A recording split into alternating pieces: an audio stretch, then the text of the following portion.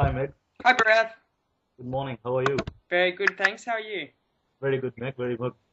Thanks for taking the time to have a call today on a weekend. Thank you. Thank you for speaking to me. No problem, Meg. Okay, Meg. And so you got your app on the App Store, your Positive Penguins app, and you also got an interview with ABC. So congratulations on that. Thank you. Awesome, Meg. So tell us, how did you get the interview with ABC? What steps did you exactly follow to get that interview with the ABC? Yeah, look, it was very exciting. We knew that with over 500,000 apps out there, we had to create a story about our app and why it's different. And so I set about writing a press release, but I don't have that sort of background. So I ended up speaking to anybody that was in journalism or PR and asking for their help to put together a press release.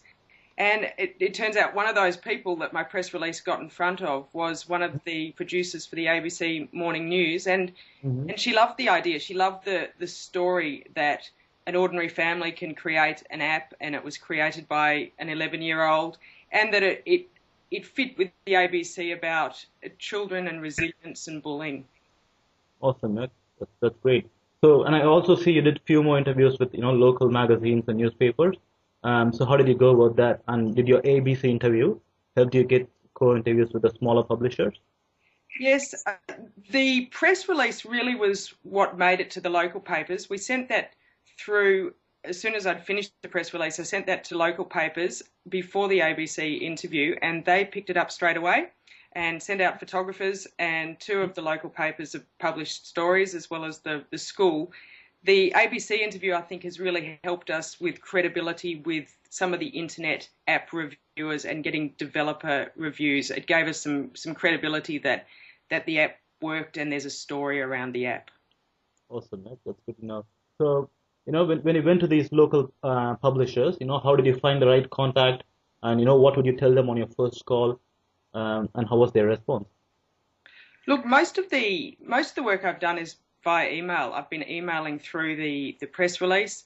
If I can find the name or number of somebody, then I'll call them and we talk through it. Many of the people I've spoken to, some of the journalists have been really helpful. They've actually downloaded the app while I've been talking to them, and then talked to my daughter, and they have been really helpful. I think some of the bigger papers, it's probably hard for me to find who is the right person, but I've started reading the paper and reviewing who writes about apps. Awesome, Meg. Um, okay, Meg. So, what tips or suggestions you have for the audience, who are trying to get a PR for their business or trying to get a PR for their apps? I think the best advice I was given is to write a really good press release, and the press release shouldn't have a retail spin, but it should be just the story and the passion of why you created the app you created and how it's going to help other people, and make sure you include the how, what, when, why. It's the story about ordinary people doing things like creating apps that the people are interested in. Okay, awesome, Meg. And was there any suggestions on, on the length of the press release and any technical details that you would like to share? Yes, certainly. As I say, they said make sure you put the whole thing, the what, why, when, how did you do it, and try to keep that press release to one page, having the links at the bottom into the iTunes store as well. Okay, awesome. That's good to know, man. And so going forward, what are the marketing plans you have in mind, or what are the marketing activities you're trying to undertake to get your app out there? Yeah, what we'd like to do, because our app is to help children develop resilience, what we'd like to do is get that into schools. Hmm. So from now, it's looking to find out who are the schools, and especially primary schools, that use iPads, and how do we market this to them and make sure that they can get onto the volume purchase through iTunes and get the app half price. But I think for us, it's not just seeking parents, but looking to how do we develop this app for schools. Okay, awesome, man. So I think the takeaway for the audience is, finding the right partners, who would be happy to promote the app, and trying to offer some bulk discounts, Yes. discounts for some bulk purchase. Yeah. Yep, Okay. absolutely. Awesome. Thanks for that, Meg. And I know it's a weekend. I don't want to take much of your time. I know you want to spend some time with your family today. So finally, just one question. So how was your experience in dealing with this? Did you have a pleasant experience through the whole development process? Yes, we did, absolutely.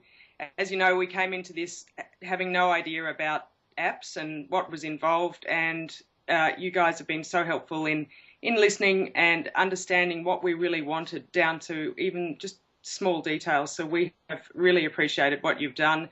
We've had hundreds of downloads of the apps and there's been no crashes or no problems. So we certainly really appreciate what you have done. Awesome, Thank you. Meg. Awesome, Meg. Thanks for that. And again, good luck for thousands of downloads in the next few months. And congratulations again on your app release and your first releases. Thank you, Rath, and thank you for everything you've done to help us. Thank you, Meg. No problem. My pleasure. Okay. All right, Meg. Thank you. Bye-bye. Bye.